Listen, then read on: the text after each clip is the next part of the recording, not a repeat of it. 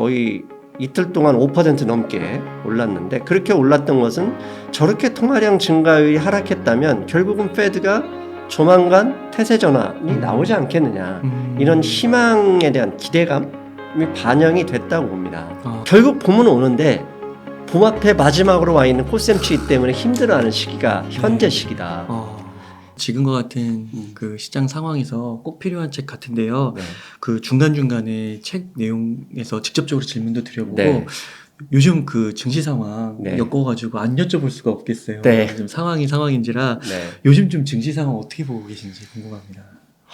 망연자실하면서 보고 있죠. 사실은 현재 정확한 표현이 속수무책, 망연자실, 네.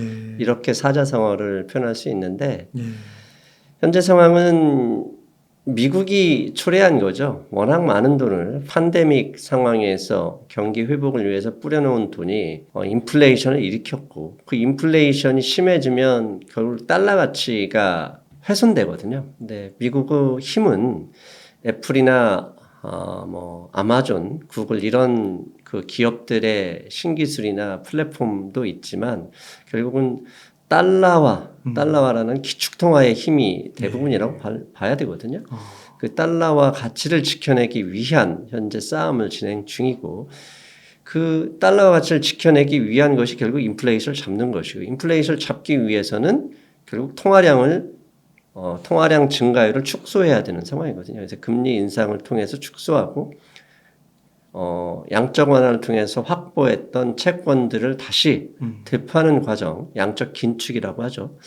QT를 통해서 통화량을 줄이는 과정에서, 그렇게 되면 자산 가격이 하락하게 되고, 자산 가격이 하락하게 되면 결국 누군가는 빌린 돈으로 투자를 했을 것이고, 네. 그 빌린 돈을 갚아야 하니까 팔 수 있는 것부터 팔고 있는 그런 상황이 벌어지고 있습니다.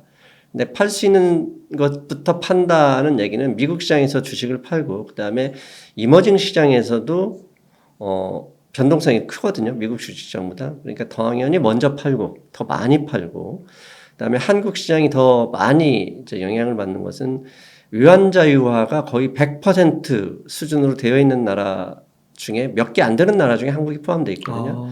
그러니까 거침없이 팔 수 있는 상황이고, 그리고 한국 기본적으로 우리나라 경제 의존도가, 무역 의존도가 GDP의 100%를 초과하거든요. 그러니까 무역 의존도가 높다는 얘기는 미국이나 해외 경제가 조금만 축소가 돼도 수출이나 수입이 줄어들 것이고, 이렇게 줄어들면 한국 경제에 직접적으로 내수 시장이 작기 때문에 영향을 받죠. 그렇게 되면 당연히 주식시장, 부동산 시장도 요새 영향을 받게 되는 거죠. 복합적인 문제로 현재 상황이 어려워지고 있고, 그게 고스란히 주식시장과 우리나라 원달러 환율에 보여지고 있는 상황이다라고 볼 수 있습니다. 그러니까 이런 근본적인 원인은 그 중에 하나는 이제 통화량으로 보시는 건가요? 그렇죠. 전 세계 여러분들, 우리 시청자분들이 지갑에 지금 지갑을 열면 5만 원이든 10만 원이 있을 겁니다. 근데 그 돈의 정확하게 약 70%는 미국 돈입니다. 이런 얘기를 하면 무슨 소리야? 나는 한국 돈이야. 달러 없어. 이렇게 말씀하실 텐데, 전 세계에 흘러다니는 돈의 70%는 미국에서 나왔습니다. 미국 달러화입니다.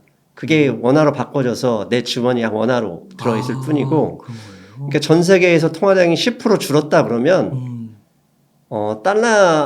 미국의 통화량, 달러화가 10% 줄어든 것이고, 그러면 10% 줄어들었다는 얘기는 은행에서 돈을 갚았다는 게 결국 핵심이거든요.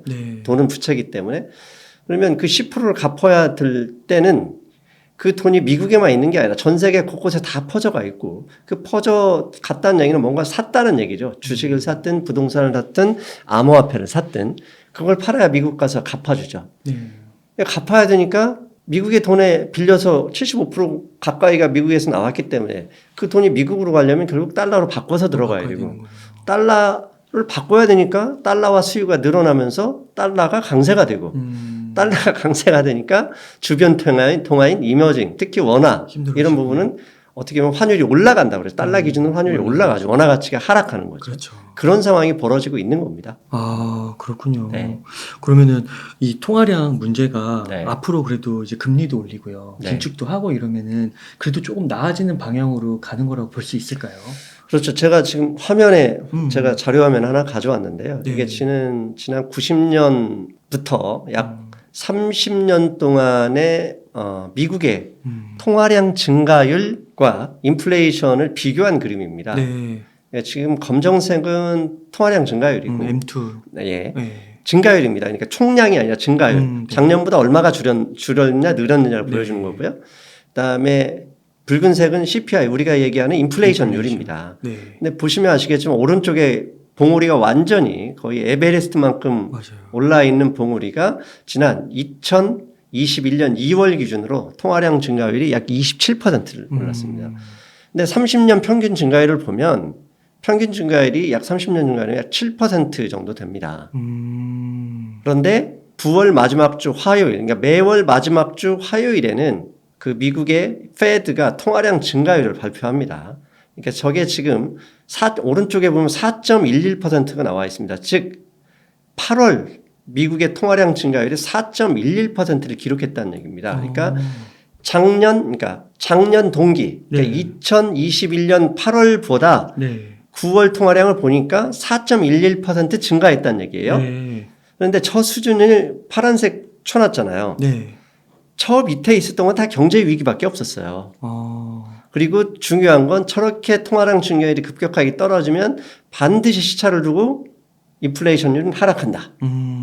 그리고 저렇게 저 정도 4%대로 떨어진 통화량 증가율이 기록할 때는 당연히 페드가 피봇이라고 하죠. 금리를 인상하다가도 중단하거나 오히려 금리를 인하하는 태세를 돌아섰던 시기거든요. 네. 그런데 저렇게 떨어졌는데도 최근에 미국에서 금리 인하한다, 금리 인상 중단하는 얘기는 없잖아요. 네. 그러니까 미국 경제가 더 힘들어지니까 저걸 미리 어떻게 보면 9월 말에 나왔지만 이미 정보는 뭐 8월 달 거니까 대충 9월쯤면 미국의 주요 전문가들은 알고 있었겠죠. 페드나. 그런 저렇게 하락한 상황에서도 아무런 얘기가 없으니까 최근에 한달 주식시장이 많이 하락했다고 보고, 최근에 이제 어제 그제 이틀 동안은 좀 주식이 올랐잖아요. 미국 증시 기준. 네. 거의 이틀 동안 5% 넘게 올랐는데, 그렇게 올랐던 것은 저렇게 통화량 증가율이 하락했다면 결국은 페드가 조만간 태세 전환이 나오지 않겠느냐, 이런 희망에 대한 기대감이 반영이 됐다고 봅니다.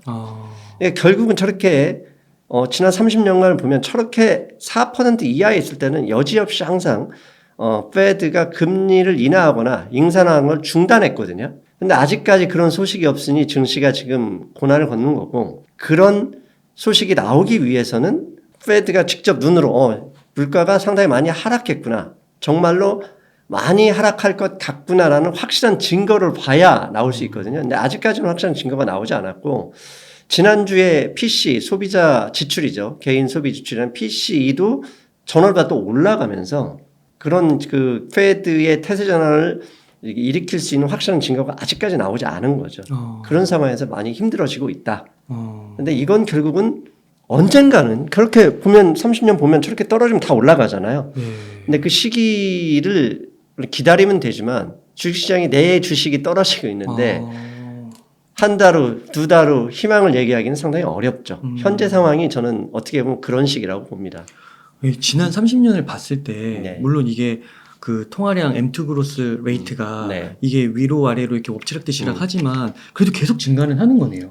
원래 네. 자본주의는 신용화폐 시스템을 기본으로 하고요. 신용화폐 시스템은 매년 증가하지 않으면 이자율만큼 이상이라도 증가해야 돈이 똔똔이 됩니다. 왜냐면 어차피 돈은 부채 은행에서 빌리는 돈이고, 은행에 갚지 않더라도 이자는 지급해야 되거든요. 근데 미국의 평균 대출 이자는 현재 10년 만기 대출하면 가령 30년 만기 모기지다는 6.7%를 넘었고, 은행의 일반 대출 기준금리가 되는 것은 대부분 10년 만기 네. 채권금리거든요. 근데 10년 만기 채권금리가 약 3.6%입니다. 네. 그럼 대출금리는 아무리 못해도 5% 이상이라는 네. 얘기죠. 그러면 원금을 그대로 안 갚아도 이자는 매년 5%를 내야 되거든요. 네. 그러면 5%보다는 더 늘어나야 돈이 작년하고 똔똔이 되는 거예요. 그렇구나. 그런데 지금 현재 4%지 않습니까? 네. 이자를 내고는 작년보다 통화량 자체가 절대 금액이 줄 수 있다는 거죠. 줄 수 있다는 거죠. 만약에 저게 4%에서 3%, 2% 늘어가면 그건 경제 위기예요. 저기 저 밑으로 내려갔던 것은 2008년 금융위기 때 적게 내려갔었고요. 2020년 초기 팬데믹 초기에도 순식간에 저렇게 왜 내려왔었죠. 왜 은행이 다 회수시켜 버리니까. 네. 그리고 돈 못 갚고 파산해 버리면 그 돈이 사라지는 거거든요. 네. 그러면서 순식간에 사라진 것을 살려내기 위해서 저렇게 많은 돈을 뿌려버린 거죠. 아, 그렇구나. 네. 그러니까 이게 지금 그래서 4.11이 이게 이제 뭐 아까 말씀해 주신 5% 기준으로 비춰봤을 때는 그 이하니까 네. 아, 앞으로 돈을 조금 풀 수도 있겠구나. 풀 수밖에 없습니다. 그러니까 연 이틀 동안 그렇게 나스닥이 네. 좀 상승했다. 그렇죠. 그러니까 이틀 동안 나왔던 건 두 가지였죠. 첫째는 먼저 한국 시간 수요일 새벽, 오늘이 수요일이고 화요일 네. 새벽에는 그 전날 밤에 ISM 제조업 지수가 발표했는데 제조업 지수가 50보다는 조금 높았어요. 그런데 중요한 건 그 안에 이제 지표들인데 신규 주문하고 고용 시장이 예상보다 크게 하락했어요. 그 얘기는 뭐냐면 신규 주문이 떨어졌다 그러면 제조업에 미국의 제조업 얼마 비중이 되지 않지만 신규로 주문하는 양이 없다는 얘기예요. 신규로 주문하는 게 없다면 다음 달에 경기 축소가 예정되어 있는 거거든요. 네, 그렇죠. 근데 고용 시장이 지금 미국이 상당히 강력하면서도 ISM 제조업수를 보면 제조업에 있는 고용은 더 빠르게 줄고 있다는 얘기거든요.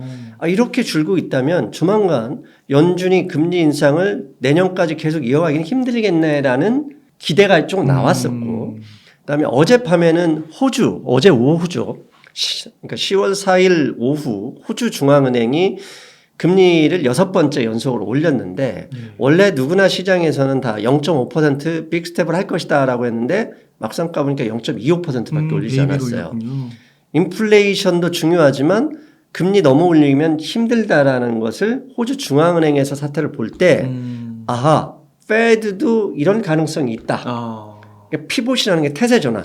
계속 올라가는 거 약간 주춤하거나 하락시킬 수 있는 기대감이 좀 나와버린 거죠. 그래서 이틀 동안 증시가 크게 올랐던 거죠. 그러니까 이게 어떻게 보면은 진짜 좀 말은 쉬울 수도 있는데 버티고 기다리면 기간의 문제일 수는 있지만 결국엔 다시 상승 반전할 수 있다라는 그렇죠. 희망을 좀 엿볼 수 있는 것 같아요. 지금 왼쪽 사진은 S&P 500 인덱스가 검정색이고요. 밑에 약간 주황색, 붉은색으로 보이는 게 M2 통화량 총량을 GDP로 나눈 겁니다. 이게 두 가지를 보여주시는데 밑에 제가 파란색 줄로 그어온 거 보면 지난 20년 내내 통화량은 줄었다가 올랐다가 반복하는데 계속 우상향이 합니다. 네. 너무 많이 급등하면 좀 줄였다가 다시 줄이는 것이 경기 침체를 일으키면 다시 늘렸다가 하면서 계속 늘리지만 결국은 우상향하더라. 네. 그런데 저 위에 저 부채가 늘어나는 그 증가일 때에 보면은 여지없이 줄어들 때는 S&P 500 인덱스가 하락하고 늘어날 때는 계속 올라갑니다. 근데 이 부채는 우리가 신용화폐를 사용하는 한 영원히 늘어납니다. 네. 왜? 영원히 내년보다 더 늘어야 성장하는 거거든요. 그런데 저 오른쪽에 보시면 갑자기 2020년 그때 팬데믹 때 급등을 해버렸죠. 왜? 네. 아까 옆에 보면 평균 통화량이 9%에 7%였는데 27% 늘어났으니 통화 증가율이 GDP 대비 쉽게 올랐다는 얘기입니다. 네. 저 얘기는 말은 부채가 늘어나야 GDP도 늘어난다는 의미이기도 하고 저렇게 부채가 늘어야 위에 S&P 500을 보니까 상승한다는 얘기입니다. 네. 그러면 저렇게 떨어졌으면 결국 통화량 증가율이 4%다 그러면 이자를 내고도 절대 통화량은 줄고 있다는 얘기거든요. 그걸 감안하면 통화 증가율은 다시 연준이 불꽃을 태우면서 부채를 증가시킬 거예요. 그런데 언제냐는 희망의 빛이 없는 거죠. 인플레이션이 연준이 보기에는 좀 떨어지는 게 확실해져야 자 이제 통화량 좀 늘리기 위해서 금리 인상 중단하고 여차하면 금리를 인하할 수도 있어라는 시그널을 줘야 되는데 연준이 그 시그널을 안 주네. 네. 왜 안 주냐? PCE, CPI 이런 걸 보니까 계속 올랐어요. 희한하죠. 이렇게 결국 시차를 두고 결국은 떨어지는데 아직까지 안 떨어졌고 안 떨어졌는데 통화량 증가율이 이미 장기 평균 증가율이 이 밑으로 떨어졌으니 시중에 돈이 부족한 거예요. 스태그플레이션으로 가는 건가요? 스태그플레이션은 그건 어차피 인플레이션과 디플레이션만 있는 단어고 스태그플레이션은 그런 게 만들어낸 용어니까 큰 의미가 없고요. 결국은 CPI가 떨어지면 언젠가는 모르지만 제가 볼 때는 언젠가까지는 아니고 올 12월이나 내년 1, 2월이면 그 나올 거라고 보는데 그때까지 미래를 볼 수가 없기 때문에 사람들이 그걸 희망을 못 걸죠. 왜? 지금 두렵고 지금 매일 보는 게 힘든데 두 달 기다리기가 어렵거든요. 네. 지금 상황은 분명히 떨어질 걸 알면서도 막상 창밖을 열어보니까 아유 언제 떨어지나 기대가 안 되는 거죠. 마치 개구리가 봄이다 하고 3월 6일 경칩에 나왔더니 꽃샘추위가 있잖아요. 아이고 추워라 이러다 얼어 죽겠구나 하면서 오히려 겨울보다 더 추워버리는 봄인데. 예. 꽃샘추위에 얼어 죽는 사람이 더 많습니다. 아, 왜? 겨우 한겨울에는요 이미 춥다는 걸 알기 때문에 쏭쏭 싸매고 밖에 나가질 않는데 2월 입춘 지나고 2월 말에 우수 지난 다음에 3월 초 경칩이 딱 오면 진달래가 펴요. 진달래가 편 시기에 나오니까 이제 봄이다 하고 세상에 나왔더니 아이고 꽃샘추위네. 더 춥게 느껴지는 거죠. 네. 어떻게 보면 지금 계절로 비유하면 결국 봄은 오는데 봄 앞에 마지막으로 와 있는 꽃샘추위 때문에 힘들어하는 시기가 현재 시기다. 그러니까 사람들 입장에서는 겨울만 지나면 된다 하고 겨울을 지나서 입춘까지 왔는데 나왔는데 이러다가 얼어 죽게 생겼나 하니까 더 겁나는 거죠. 자, 우리 생각에 우리는 사계절이 있는 걸 이미 알고 있는데 식물의 입장에서 딱 1년만 산다고 생각해 볼게요. 네. 딱 1년만 살아요. 1년만. 근데 겨울이 지났으니까 이제 봄이 올 거다 했는데 뚜껑을 열으니까 꽃샘추위예요. 그러면 봄 앞에서 꽃샘추위라고 생각 안 하죠. 또 겨울이다 하면서 좌절하고 절망하는 시기예요. 주식 다 팔아야지. 그런 시기가 돼 있는 거예요. 그런데 결국 꽃샘추위도 지나갑니다. 그 혹시 그 인플레이션이나 이런 문제가 네. 그 통화량도 중요하긴 하지만 그 이게 새로운 또 하나의 그 뭐 판이 바뀐다는 게 그 블록 경제 있잖아요. 그래서 이게 뭐 중국과 미국의 패권 전쟁 아니면 러시아와 우크라이나로 이렇게 전쟁으로 인해서 결국에는 그 공급사슬 문제가 해결되지 않기 때문에 분명히 있겠죠. 왜냐하면 네. 그 서플라이 체인에 문제가 돼서 어떤 제품을 만들어야 되는데 가격이 올라 버렸고 가격이 오르면 소비자가 안 사야 되는데 네. 이거 미국의 노동시장이 강력하다 보니까 돈이 있네? 사버리죠. 사버렸어. 그러니까 기업의 입장에서는 원래는 가격을 적게 올려도 되는데 개인이 계속 사네? 그러면 기업은 애국심이 없어요. 기업은 자비심은 없습니다. 왜? 돈에 자비심이나 애국심이 어디 있습니까? 돈은 오로지 수익을 탐합니다. 그런 입장에서 핑계대기 좋죠. 핑계대기 너무 좋죠. 원재료가 상승했다. 네. 자, 그리고 두 번째 식당의 입장에 생각해 볼게요. 큰 식당에서 어떤 원료를 사다가 음식을 만듭니다. 아니 더 쉽게 주유소를 예를 들어 보겠습니다. 주유소를 보면 주유 휘발유 가격, 경유 가격이 오늘 만약에 미국 시장에서 가격이 올랐다 그럼 내일 아침 주유소 가면 일제히 가격이 올라 있어요. 근데 오늘 떨어졌다. 내일 아침 가면 그대로입니다. 왜? 오른 가격에 산 재고를 다 소진하기 전까지 이거 내리지 않습니다. 기업의 입장에서는 항상 적정량의 재고를 가져가야 돼요. 근데 재고를 가져가는데 공급 가격이 올라 버렸어. 특히 서플라이 체인의 문제는 부품 가격이 올랐다. 그러면 올랐다고 적게 살 수가 없어요. 혹시 모르는 걸 대비해서 일정 정도 사놓는데 부품 가격이 실제 떨어졌는데 못 내려요. 왜? 이 재고를 소진할 때까지. 재고를 소진하기 위해서는 수요가 계속돼야 되는데 요새 경기 침체 가능성이 수요를 또 줄이네요. 네. 그런데 기업은 내릴 수 있는데도 안 내릴 수도 있어요. 왜? 많이 올랐으니까 우리 올려야 돼 이러면서 가는 거거든요. 네. 기업은 항상 이익을 탐하기 때문에 결국 그런 이런 재료를 가지고 가격을 올리는데 패드는 공급망을 지가 복구시키거나 기업을 통제할 수는 없습니다. 중앙은행이. 중앙은행이 통제할 수 있는 것은 그렇다면 수요 줄여.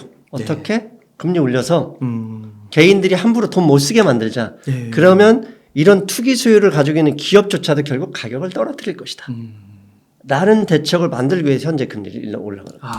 그렇군요. 네. 그리고 어제 밤에 미국의 이제 구인 공고 숫자가 발표됐는데 8월 구인 공고 수가 예상치보다 7월에 비해서 약 110만 건이 줄어들었습니다. 네. 이렇게 110만 건 이상 줄어든 것은 작년 그러니까 팬데믹 이후 최초로 벌어진 일이에요. 그 얘기는 노동시장이 페드가 원하는 수준 일찍 떨어졌다는 얘기죠.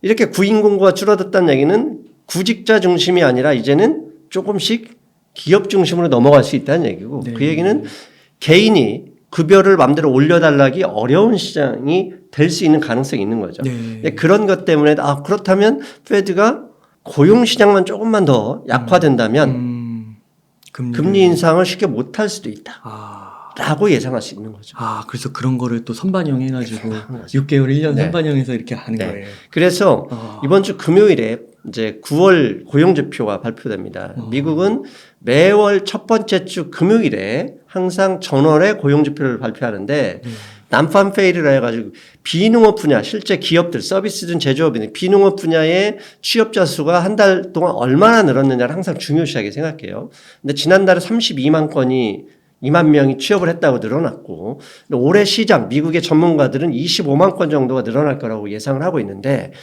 지금 현재 구인 공고가 줄어든 거 그다음에 연일 뉴스만 보면 계속 해고하잖아요. 네, 계속 하고 하는데 그게 만약에 혹시라도 고용지표에 반영이 돼서 난판페이로 NFP라는 숫자가 25만 건 이하나 그 근처에 있다 그러면 시장이 좋아할 수 있고 반대로 이거 상관없이 늘어버렸다. 뭐 발표를 해봐야 아는 거니까. 늘어버렸다는 주가는 다시 또 겁을 먹을 수 있습니다. 야, 이게 말씀해 주신 대로 이게 들으니까 희망이 생기는데요. 네.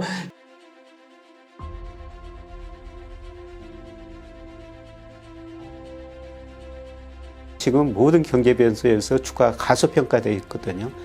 이런 시기에는 주식을 떠나는 게 아니라 오히려 더 적극적으로 참여하면서 부를 늘릴 기회를 찾아야 된다는 것입니다.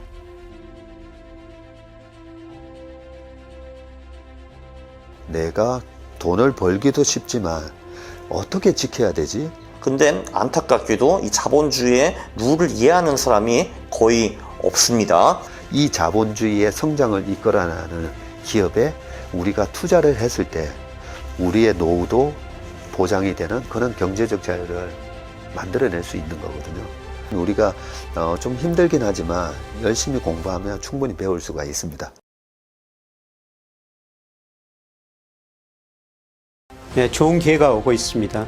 네, 그러나 준비가 돼 있어야 되죠. 네, 그러려면 그만큼 공부를 해야 됩니다. 큰 위기가 오면 이 또 위기를 극복하기 위해서 새로운 신성장 산업이 떠오르게 됩니다. 자, 이번 위기는 신성장 산업이 향후 10년의 흐름을 끌고 갈 건지 지금 열심히 여러분들이 공부를 하셔야 된다는 거죠.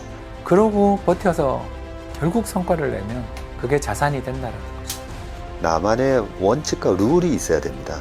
네, 거시경제 흐름뿐만 아니라 미시경제, 심지어는 그 기업 분석까지 하셔야 됩니다. 각 분야별로 최고의 전문가분들이 최고의 지식을 함께 공유하고 자본주의, 내가 사는 세상에 대해서 눈이 트이게 되고요. 그 눈이 트이게 되면은 지금 상상도 할 수 없는 그런 많은 수법과 기법들이 보이실 겁니다. 충분히 이런 시기를 공부하고 대비하면은 여러분들이 다가오는 위기 시대에 큰 부를 축적할 수 있는 기회가 될 것입니다. 투자에는 왕도가 없습니다. 하지만 분명히 정도는 있습니다. 여러분 퍼리버티에서 같이 공부하고 같이 나누면서 함께 공부하고 또 함께 나누는 투자의 정도를 함께 걸어가시길 바라겠습니다.